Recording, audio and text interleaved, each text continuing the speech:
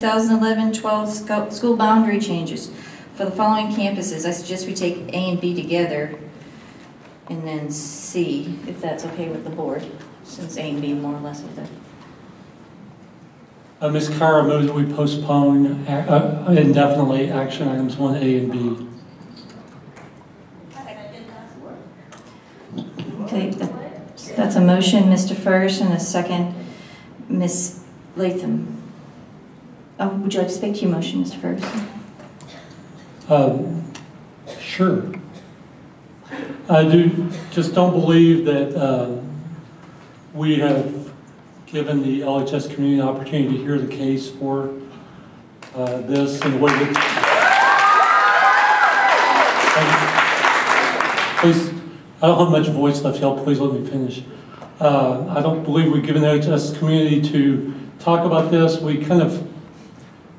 You know, we had the zoning hearing January 27th. I think that was just frustrating for people because we hadn't set it up for a discussion of this concept. I think we need, it's just the German idea that I'm not proposing anything here, I'm just speaking to the motion. That what needs to take place is we need to present this concept, the administration to present this concept to the board and to the community, and have an environment where the community can ask questions and the board can debate it. And we can settle this once and for all, whether this is the right thing to do for LHS. Okay, Mr. Ferguson. Ms. Latham, would you like to speak to your second? I've been speaking about this topic for 4 years. I am very proud of the kids who came up here as nervous as they were, and they did their darndest to explain to the board and to the rest of you here exactly what they're going through. I read the research on the original task force. I can't support this. I appreciate Mr. Ferguson finally realizing what's going on and give us a chance to take a step back. We have all these financial burdens that we're looking at, but yet we're going to open an extra campus that has to be staffed, that has to have the lights turned on, that has to have insurance, that has to have fire ant control. And I think it's another thing in the box that we could look at and maybe we could do different. Lewisville is the flagship of this district. Lewisville, the community, still pulls the weight as far as tax dollars for this district thanks to our business. And I think that it's time that the community of Lewisville, the teachers that have given so tirelessly for many years to Lewisville, and to the students who make Lewisville one heck of a place to be, to live, to be from, and to be proud of. I think it is time that we take a step back and we include those people.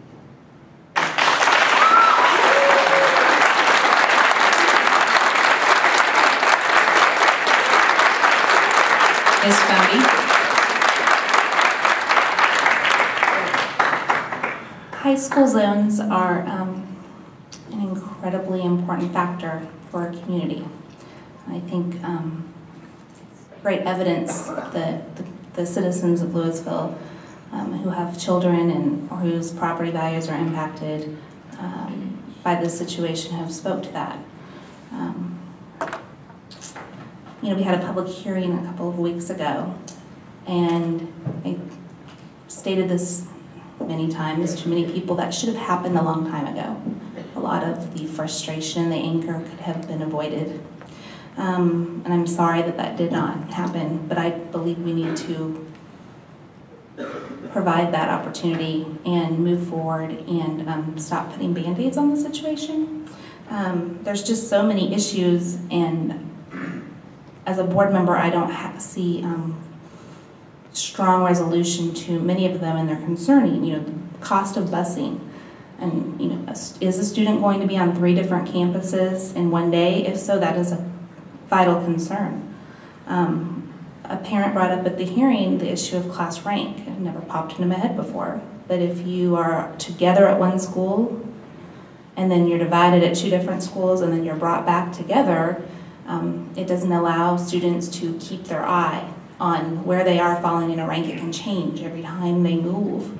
So I appreciate the comments that were brought to us in the hearing. They were valuable. And just that the 9th grade concept is proven, and we have proven it. And we're using it as a model, and the citizens have spoken that they don't wish to be different. They want to move forward with what's not broken. And I respect that. So I agree with Mr. Ferguson.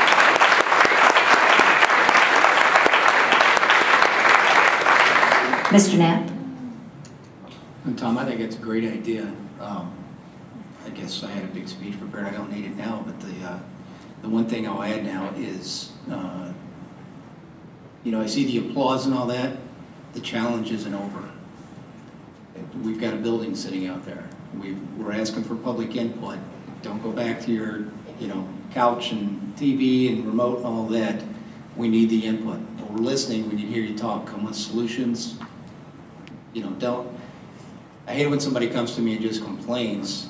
What do you want me to do about it? You know, tell me what you think would work. I think in this group up here, everyone's open to ideas, and if you bring us a solution, it makes our job a whole lot easier. So it's the only thing I would add. Thank you for coming out tonight.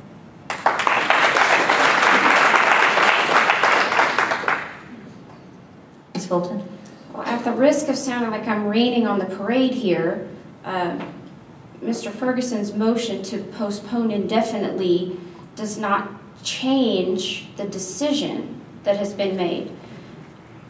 That leaves it with a lot more optimism than it had 5 minutes ago, but it doesn't change the decision. And so waiting on the rezoning allows for time to explore additional options, to measure the consequences of a decision of this magnitude, because as has been stated repeatedly, this decision was made in 2006.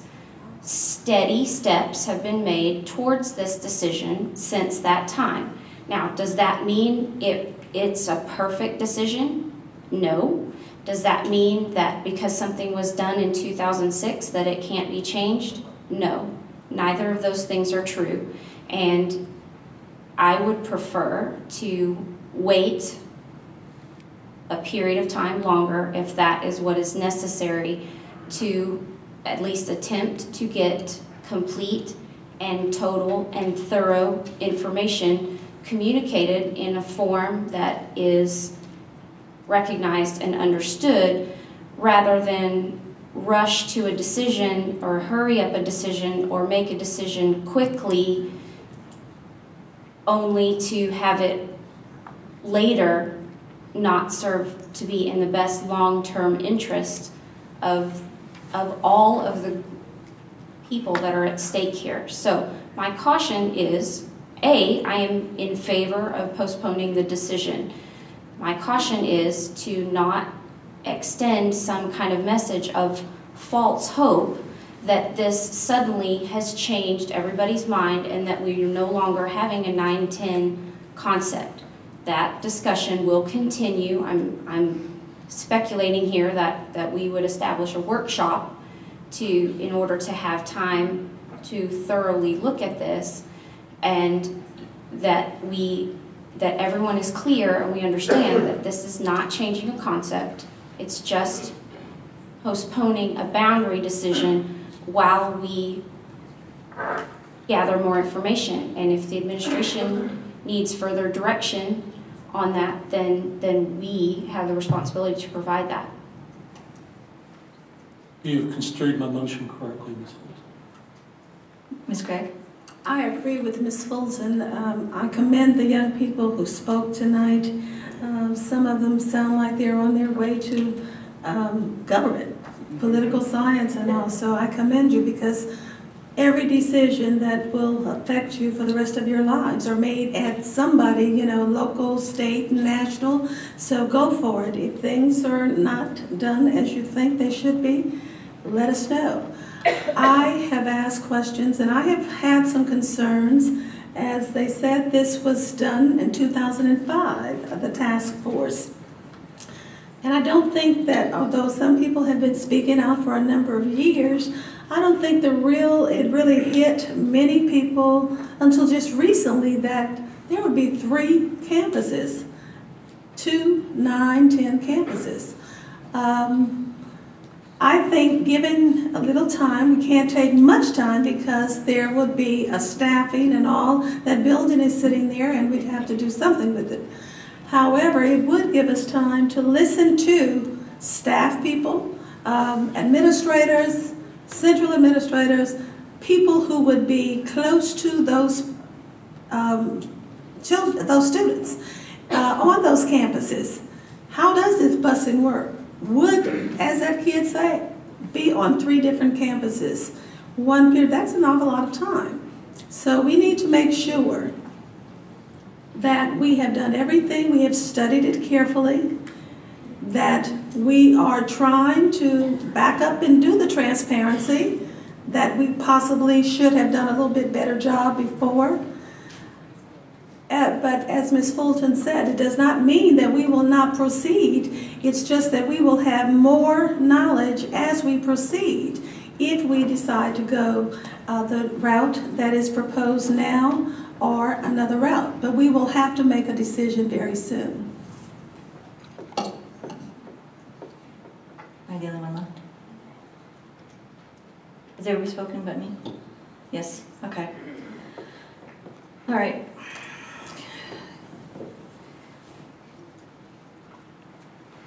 I've listened to everybody, believe me, I've listened to everybody over the last few years, but I've also listened to the administrators, and I've listened to the people who are educators, and I've listened to the people who have planned this and discussed it and even looked at different options, but they believe that this is the best thing for our LHS, for 910 campuses. I know nobody's going to like this, so what we're doing here tonight is approving the zoning. When we approve the zoning, it has been my experience that by approving the zoning, we will now know how many students will be attending each school. We will also know, since right now all the kids in high school right now are doing all their plans for their next year's classes, their schedules. In doing the zoning and knowing which students will be going to which center, we will be able to approve the staffing. And with that, by approving the staffing, by knowing how many kids are going to be in each campus, we're going to be able to know how many chairs are going to have to be in each classroom. We're going to be able to know how many band kids will have to be moved and when would be the best time of the day to move them. That's the master plan, the master calendar. What needs to be done is the zoning so that the staff can tell the teachers where they're going to be next year. I heard Ms. Squibb say they don't know where they're going to be next year. Well, we can't tell them where they're going to be until we know how many kids are going to be in each campus. And that's what this zoning does. Runs along Fox. We've seen it before. I know you've all seen it before because you were at the hearing. That's what this does. So it says, we can tell the administration, okay, this is how many kids, this is what they want to take, this is the classes that we need. Hit the ground running, then we can start talking to the parents. I have no problem talking to the parents and having a group meeting like you're talking about, but we need to approve the zoning for the simple fact that they know how many kids, and so they can plan the buses, so they can plan to know where speech is going to be, so they can plan to know orchestra, so they can plan it. But until they know how many kids are going to be in the campuses, and maybe one of the campuses is going to have a higher orchestra group, or maybe they're going to have, but we don't know that until we know the zoning, until we know the kids if they're going to be in those schools. So what we're doing by postponing this is that we're putting one of those boots that you get when you have too many tickets. It's around the administration now. They can't move forward, and so these teachers are still going to sit there and they're going to worry about where they're going to be, because I know that's what they're worried about. The 10th grade teachers are wondering, am I going to be at the South Campus, or am I going to be at the North Campus? Am I going to be working for Pam, or am I going to be working for Andy? Am I going to be with my friend, or if I'm not going to be with my friend? And the kids are doing the same thing because we haven't approved the zoning. So I'm all for having a meeting afterwards. I'm all for having the parents sit down, gather in communities, make sure that we carry on all the traditions, work with the administrations from all 3 campuses to make sure that everybody knows what's going on. But until we know who's going to be at the North Campus and who's going to be at the South Campus, both staff and students, we're sitting in a giant ice cube. We can't move. So I'm all for having the meeting, but we need to approve the zoning.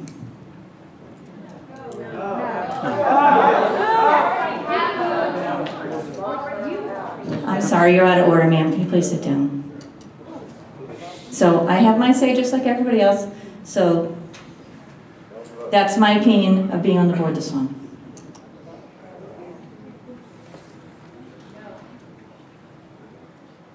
So the motion, Ms. Carter, can you read the motion back, please? Or give it to Ms.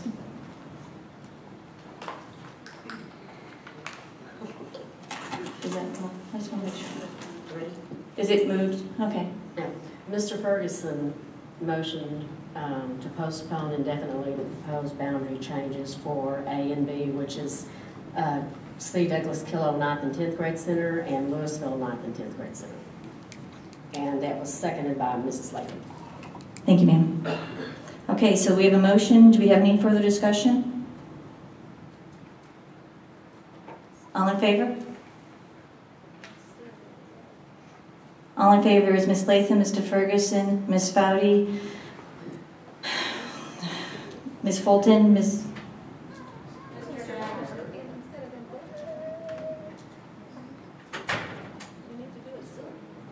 You need to vote, Vernell. Okay. Mr. Knapp. Against Ms. Kyer. Ms. Vernell. How are you voting, ma'am? I'm voting no because I think instead of indefinite, we need a date. We need to finalize this, so I agree. We need a date. Okay, so she voted against it then. Yes. So, all right. Does anybody else have any other motions regarding this?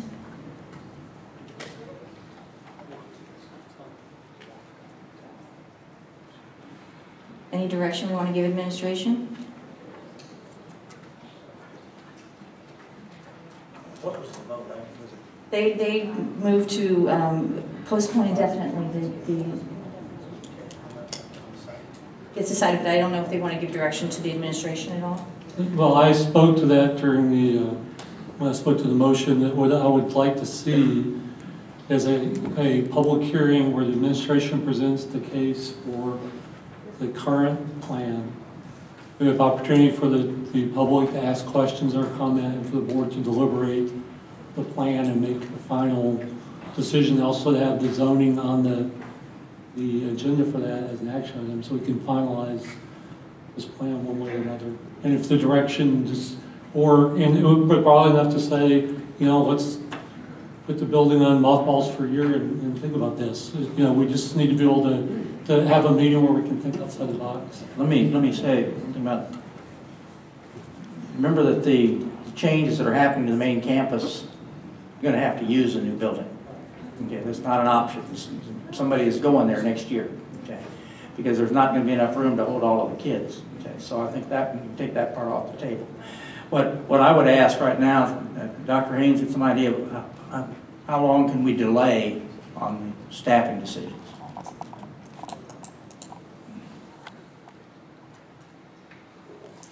Not long. And I wish I could be, you know, tonight would be the ideal, but we're, what, 2.5 weeks, maybe 3, until our next board meeting. Well, let me throw something out on that then I think we can begin, staff can begin working on this, doing this, but I think you need to, and we need to involve Steve in this, and he says some of the conversations involved in this at the next meeting that takes place. You need to give him enough time to be current on this and be a participant in that meeting. I think that's important. The next board meeting is March 7th. So, I guess the question we're talking about is how much time it's going to take to do that. It looks like that's going to be your first assignment, Stephen. You need to try to pick up on that. But, and then perhaps if they could have that ready to go, and that maybe a week or 10 days into March, have that at that time. We'd have a special board meeting after the March 7th board meeting, because I wouldn't suggest we try and do it before that, because honestly, you got to give them more than a week. Yeah, but realistically. All right, so we'll work with the board and the calendar on to see when would be the best date for that. I'm not going to try and do that right now. I guess what I was thinking is, do we think we need to go ahead and set a meeting? Go ahead and call it?